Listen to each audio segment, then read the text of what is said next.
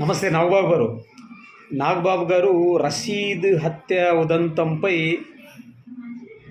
బాగా ఆవేశంగా మాట్లాడినారు. జగన్మోహన్ రెడ్డి కావాలని రాజకీయాలు చేస్తూ ఉన్నాడు.